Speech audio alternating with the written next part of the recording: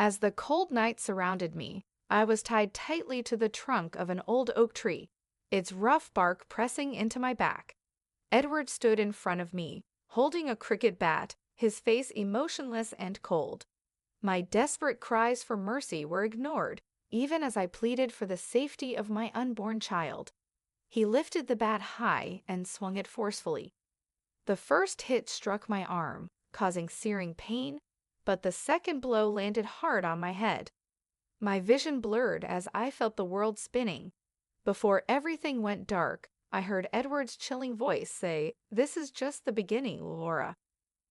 My name is Laura Jacob, and I'm 35 years old. I've spent over a decade building my career as an investment analyst, navigating high-pressure deals and challenging environments in a male-dominated industry. Every late night, every tough negotiation, and every setback I faced shaped me into the woman I am today, resilient, independent, and determined. After years of hard work, I achieved what I considered my greatest accomplishment, a $5 million dream home in Austin, Texas. To me, it wasn't just a house. It was a sanctuary, a reflection of my success, and a legacy I had built with my own hands. Its towering glass windows captured the golden Texan sunsets, and the sprawling backyard boasted an ancient oak tree that seemed to tell stories of its own. Every room was carefully designed to reflect my personality and values, blending modern aesthetics with touches of warmth. Then I met Edward William. Edward was 38, a charismatic software engineer with a quick wit and a knack for making everyone in the room feel at ease. We were introduced at a mutual friend's dinner party, and from the moment he flashed that disarming smile, I was intrigued. His intelligence and charm made every conversation feel like an adventure. Before long, we were inseparable. In Edward, I thought I had found a partner who shared my dreams and ambitions. Our whirlwind romance felt like something out of a storybook, and when he proposed, I didn't hesitate. We celebrated our wedding surrounded by family, friends, and promises of forever. At the time, I believed I had everything I could ever want: love, success, and the perfect partner. Little did I know, the fairy tale would start unraveling the moment we stepped into married life. Edward's mother, Jennifer William, entered our lives like a slow, creeping shadow. At 64, she was a retired college professor, sharp-tongued and opinionated, with an air of entitlement that became evident soon after the wedding. During our courtship, she had been polite and somewhat distant, but her true nature began to surface once the vows were exchanged. The first sign came in the form of subtle criticisms. Jennifer would comment on the decor of the house, dismissing my modern, curated style as cold and uninviting. "This house needs a woman's touch," she remarked one afternoon while running her fingers along my dining table. Her implication was clear: I wasn't that woman. I brushed off her remarks, chalking them up to an adjustment period. After all, she was Edward's mother, and I wanted to maintain peace. But her visits, which had been sporadic, quickly became frequent. Soon, those visits turned into extended stays, and then, without so much as a discussion, Jennifer arrived at the front door with her suitcases in tow. "I'll be staying here for a while," she announced. "Edward needs support, and I can't do that from afar." Her statement left me stunned. Edward and I hadn't discussed this, nor had I agreed to it. I turned to him, hoping he would intervene, but he only shrugged. "She's my mom, Laura," he said, his tone dismissive. "It's just temporary." Temporary, as it turned out, was Jennifer's code word for permanent. Her presence grew suffocating. She scrutinized everything I did, from my career to the way I ran the household. "You work too much," she'd say over breakfast, her tone dripping with judgment. "Edward deserves a wife who's more present." Her words stung, but what hurt even more was Edward's indifference. Whenever I tried to address how her comments and actions were affecting me, he waved it off. "She's just trying to help," he'd say, as though that excused her behavior. One day, I returned home to find the living room unrecognizable. The sleek furniture I had spent months selecting was gone, replaced by heavy, traditional pieces that clashed with the modern design of the house. Jennifer stood in the middle of the room, admiring her handiwork. "What's going on here?" I asked, my voice trembling. "This house needed some character," she said, as if her unsolicited redecorating was a gift. "You'll thank me later." Anger bubbled within me, but I swallowed it down. Instead, I stormed into the kitchen and waited for Edward to come home. When he arrived, I confronted him, hoping this time he'd understand. "She can't just come in here and change everything," I said, barely keeping my voice steady. "This is my house, Edward. She's crossing boundaries." But Edward, as always, dismissed my concerns. "She's just trying to help," he repeated, his tone growing irritated. "Why are you making such a big deal out of this?" Each time he chose her over me, a little piece of my trust in him eroded. The house that had once been my sanctuary now felt like a battleground.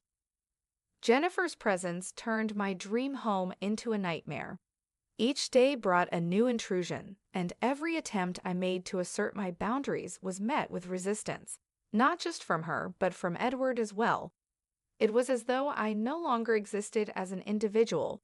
I was merely a prop in their twisted vision of family unity. Her criticisms escalated from passive-aggressive remarks to outright declarations. One evening, while flipping through a financial magazine that had featured an article about my career, Jennifer looked up and said, "Investment analysts don't really build anything, do they? It's not like you're adding value to people's lives." The sting of her words was sharp, but I refused to let her see how much they affected me. Instead, I held my head high, masking my hurt with defiance. Edward, as usual, sat silently beside her, scrolling through his phone as if none of this were happening. I wanted to scream, to demand that he stand up for me, but I knew it was pointless.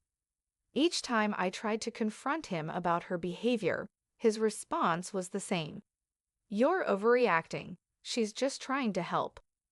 One day, I came home to find Jennifer rifling through my personal files.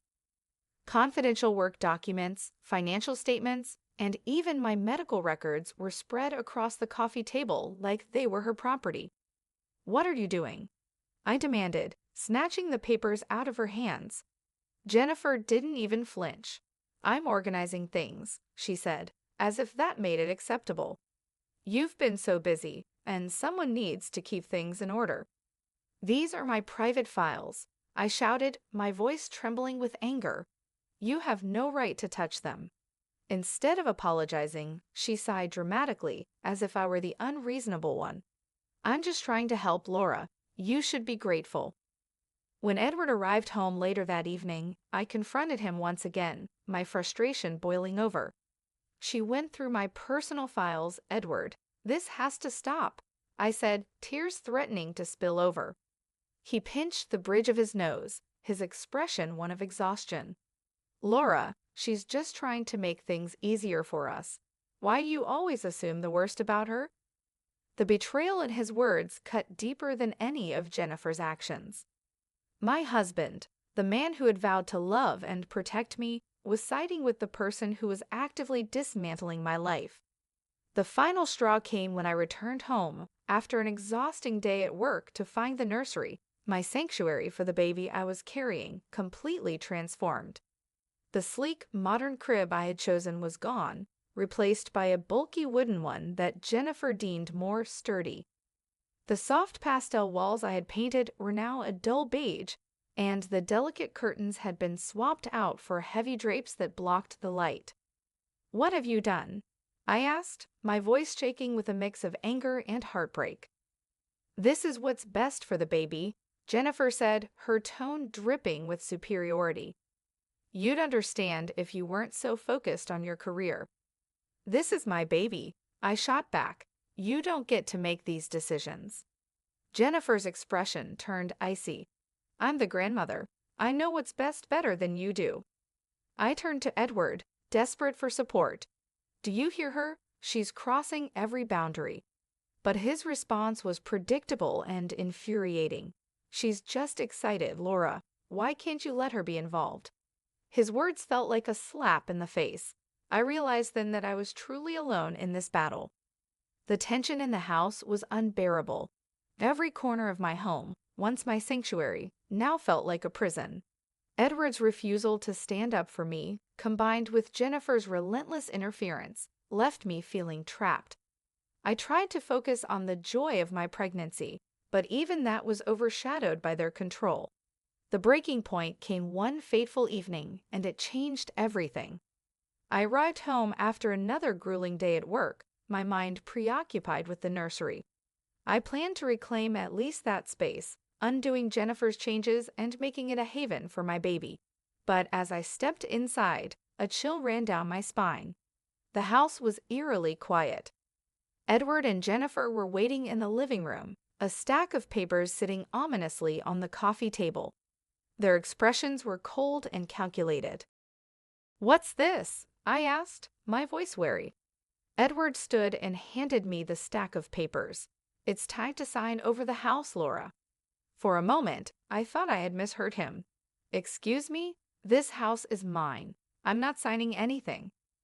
Jennifer leaned back in her chair, her smug smile tugging at the corners of her lips. "You're being unreasonable, Laura. Think of the family." "My answer is no," I said firmly, my heart pounding. Edward's expression darkened, and he stepped closer to me. "You don't get to decide that. This isn't just about you. I worked for this house, Edward. This is my home, my legacy. You can't just take it from me." My voice trembled with anger, but I refused to back down. Jennifer rose to her feet, her calm facade cracking. "You're being selfish, Laura.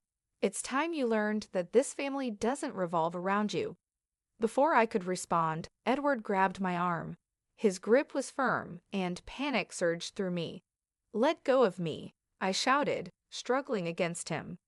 Ignoring my protests, Edward and Jennifer dragged me outside to the large oak tree in the backyard. The bark of the ancient tree gleamed in the moonlight, a haunting backdrop to their sinister intentions. Jennifer pulled out a bundle of ropes, as if this had all been premeditated. "Edward, stop this. Please," I pleaded, tears streaming down my face. They forced me against the rough bark of the tree, tying my wrists and ankles tightly. The ropes bit into my skin, leaving raw marks as I struggled against them. "This is for your own good," Jennifer said coldly, handing Edward a cricket bat. "Maybe this will teach her to see reason."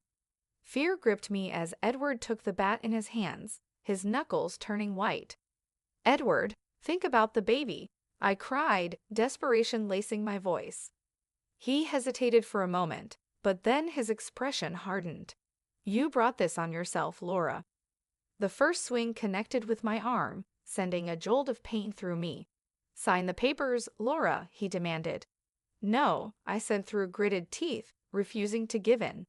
His frustration boiled over. The next swing was harder, the bat striking the side of my head. Pain exploded and my vision blurred. The world spun around me, and I fought to stay conscious. "Edward, stop! You're going to hurt her," a voice called out from the darkness. I turned my head slightly, straining to see the source of the voice. It was a neighbor, drawn by the commotion. The sight of someone witnessing my nightmare brought a flicker of hope. Edward and Jennifer froze, exchanging panicked glances. "We need to get out of here," Jennifer hissed, pulling Edward toward the house. As they retreated, I used every ounce of strength I had to loosen the ropes around my wrists. The pain in my head throbbed, but I refused to give up. My hands finally broke free, and I quickly untied my ankles, stumbling away from the tree. The neighbor rushed to my side, his face etched with concern. "Are you okay? What happened?" he asked.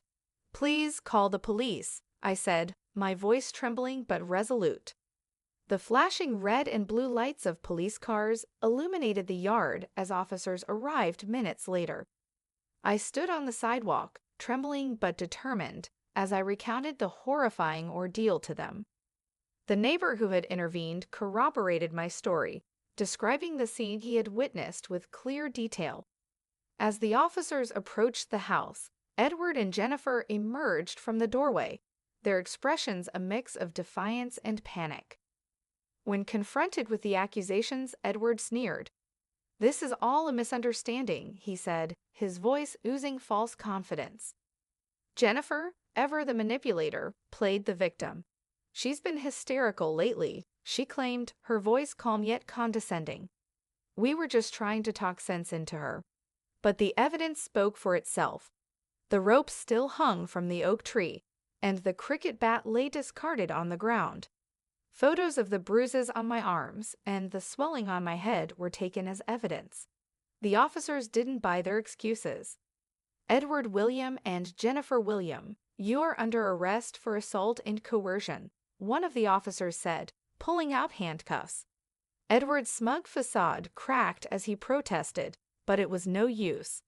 They were both led away, their wrists bound, as I watched with a mixture of relief and disbelief. That night, I packed a bag and left the house that had been both my sanctuary and my battleground.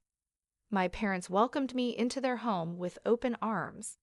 Their warmth and love wrapped around me like a shield, offering the safety I so desperately needed. "You're not alone, Laura," my father said, his voice steady. A retired firefighter with a lifetime of strength and compassion, he became my rock in the days that followed. My mother, ever the nurturer, made sure I rested and ate, reminding me that I needed to focus on my health, for myself and for the baby. "You've been through so much," my mother said, her eyes glistening with tears. "But you're strong, sweetheart. You'll get through this." I also reached out to Lisa Carter, my college friend and a brilliant attorney. When I explained what had happened, she didn't hesitate. "We're going to make this right, Laura," she said firmly. "Gather every piece of evidence you have, messages, voicemails, anything that shows their abuse. We'll take them to court." Over the next few weeks, Lisa and I worked tirelessly to build a solid case. The evidence was damning: photographic evidence, images of the injuries I sustained during the attack, physical evidence, the ropes, cricket bat, and statements from the officers who had arrested Edward and Jennifer. Witness testimony, the neighbor's detailed account of what he had witnessed. Documentation, text messages, voicemails, and financial records that highlighted Edward and Jennifer's manipulative tactics. Each piece of evidence painted a clear picture of their abuse and coercion. Lisa's confidence and unwavering support bolstered my resolve. "We're going to ensure they face the full weight of the law," she assured me. The day of the trial arrived, and I stood outside the courthouse, my heart pounding. My hands trembled slightly, but Lisa's calm presence reassured me. "This is your moment, Laura," she said firmly. "You fought so hard to get here. Trust the evidence." The courtroom was packed, with Edward and Jennifer seated at the defense table. Edward's smug demeanor had returned, though it was tinged with unease. Jennifer's expression was a mask of indifference, though her tightly clasped hands betrayed her nerves. I took a deep breath, determined to face them with strength. Lisa began her opening statement with precision and authority. "Your Honor, this is not merely a property dispute. This case is about coercion, emotional and physical abuse, and the betrayal of trust against a pregnant woman who deserved safety and respect. The evidence will show that these defendants engaged in calculated actions to strip Laura Jacob of her dignity, safety, and rightful property." The judge listened intently, nodding occasionally as Lisa laid out the key points of our case. The evidence we had meticulously prepared was presented with clarity: photos and physical evidence. The judge reviewed images of my injuries, alongside the ropes and cricket bat used in the assault. The officer who recovered these items testified about their findings. Witness testimony. The neighbor who had intervened detailed what he had seen that night, painting a vivid picture of Edward and Jennifer's actions. Digital evidence.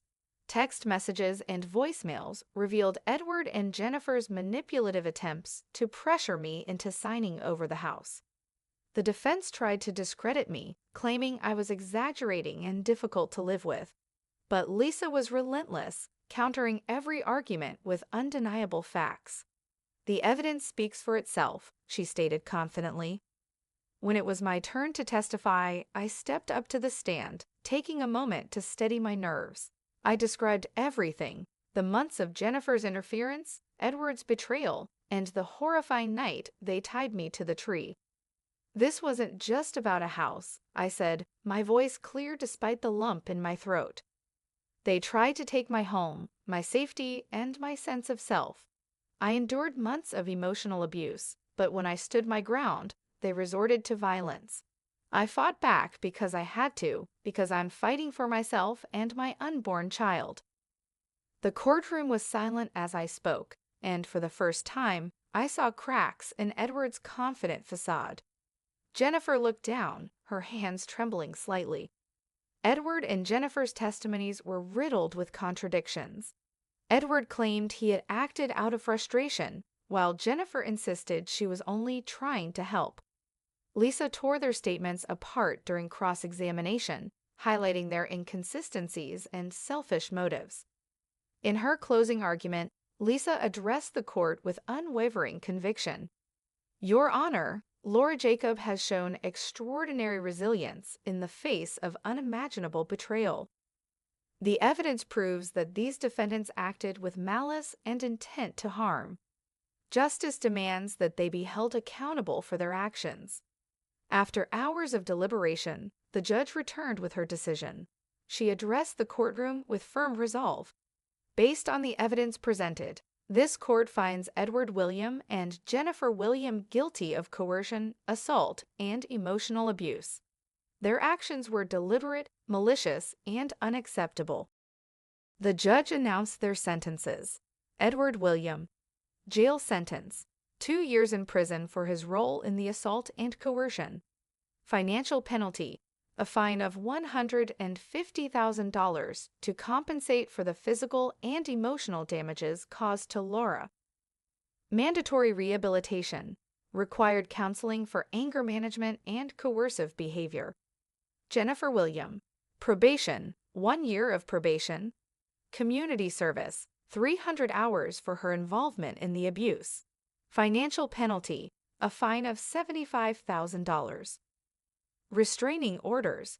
Both Edward and Jennifer were issued lifelong restraining orders, prohibiting them from contacting me or coming within 500 feet of my property. As Edward and Jennifer were escorted out of the courtroom in handcuffs, I felt an immense weight lift off my shoulders. For months, they had tried to take everything from me, but today the law had held them accountable. Lisa turned to me, her expression filled with pride. "You did it, Laura. Justice has been served." Tears welled in my eyes as I nodded. "Thank you, Lisa. I couldn't have done this without you." Walking out of the courthouse that day, I felt a sense of freedom I hadn't known in months. The fear and betrayal that had weighed so heavily on me were replaced with hope and determination. My parents were waiting outside, their faces beaming with pride and relief. "You're so strong, Laura," my father said, wrapping me in a tight hug. "We're proud of you." My mother held my hand and whispered, "You've been through so much, but this is a new beginning for you and your baby." Returning to my house was bittersweet. It had been my sanctuary once, and I was determined to make it so again.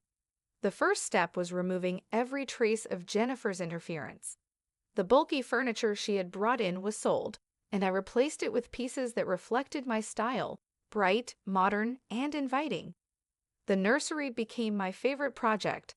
I replaced the outdated crib Jennifer had imposed with the sleek, safe design I had originally chosen. The pastel walls were repainted, and I added cheerful touches like soft curtains, playful artwork, and a rocking chair in the corner. The room transformed into a space of love and hope, a stark contrast to the turmoil that had once overshadowed it. Throughout this journey, my parents were my rock. My father, with his calm strength, helped with the renovations, while my mother made sure I was well fed and rested. "You need to focus on the joy ahead," she said, her nurturing voice reminding me of the brighter future I was building. Lisa, my attorney and dear friend, continued to offer support. One afternoon, as we sipped tea in my newly redecorated living room, she smiled. "What's next for you, Laura?" I thought about her question and felt a sense of clarity. I want to keep growing in my career and maybe start my own real estate consulting firm one day. But for now, my focus is on being the best mom I can be. Lisa nodded with a proud grin. "You're going to do amazing things, Laura." As the weeks turned into months, I felt more prepared than ever to embrace motherhood. My parents eagerly stepped into their roles as soon-to-be grandparents, doting on me and helping with preparations. My father even built a custom bookshelf for the nursery, filling it with books he had once read to me as a child. One evening, I sat in the rocking chair in the nursery, my hand resting on my growing belly. The room was quiet, bathed in the soft glow of a crescent moon-shaped nightlight. I closed my eyes and whispered, "We've been through so much, but we made it. I promise, I'll give you a life filled with love, strength, and happiness." While I rebuilt my life, Edward and Jennifer faced the consequences of their actions. Edward lost his job as a software engineer after word of his conviction spread, leaving him financially ruined. Jennifer, once so confident in her social standing, found herself ostracized by her peers. The hefty fines they owed me compounded their struggles, ensuring they couldn't easily recover. The restraining orders ensured I would never have to face them again. Knowing they were legally bound to stay away from me brought a peace I hadn't felt in a long time. The courtroom victory marked the end of one chapter and the beginning of another. I wasn't just reclaiming my home, I was reclaiming my life. Every step I took toward rebuilding was a reminder of my resilience and strength. My career, which I had temporarily paused during the court proceedings, welcomed me back with open arms. My colleagues, inspired by my story, supported me as I regained my footing. And while I looked forward to continuing my professional journey, my most important role lay ahead, being a mother. Sitting in the nursery one quiet evening, I reflected on everything I had been through. The house that had once been a battleground was now a sanctuary again, a symbol of hope and a future full of possibilities. I wasn't just surviving, I was thriving. This was my story, one of resilience, strength, and the unbreakable bond between a mother and her child. The road hadn't been easy, but I had emerged stronger, ready to face whatever came next. Thank you for taking the time to listen to this story. If you enjoyed it, please give it a thumbs up, leave a comment to share your thoughts, and don't forget to subscribe to the channel for more captivating stories. Your support means the world to us and helps us continue creating content you love. Stay tuned for the next one, and as always, thank you for being a part of our journey.